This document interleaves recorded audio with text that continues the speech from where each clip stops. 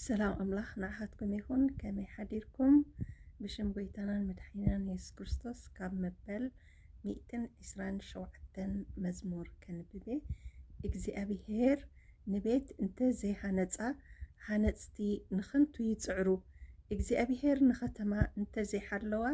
ሓላዊ ንኽንቱ ይነቅሕ አንጊሕኩም እትንሳእኩም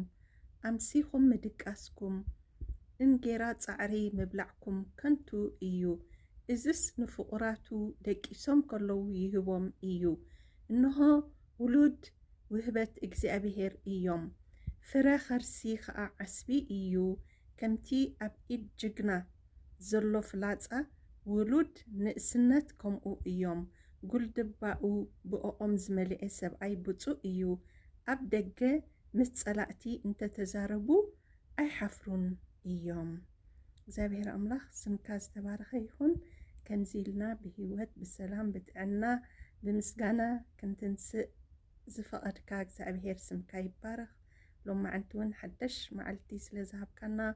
ክብርን ምስጋናን ንዓኻ ይኹን እግዚአብሔር አምላክ ማዓልትና ዝኾነ ማዓልትና ባርኽ እቶም ለይቶም ዝኾነ ከዓ ለይቶም ባርኽ ልዋም ሃቦም እግዚአብሔር አምላክ ጽቡቕ ሰናይ ጥዑም ወረ ንሰምዓሉ ሰናይ ንገብረሉ ንሓጢአት ፈንፊና ንጽድቅ ነብረሉ ማዓልቲ ግበረልና ሃሌሉያ አሜን ኢየሱስ ክርስቶስ ጎይታ እዩ ተባረኹ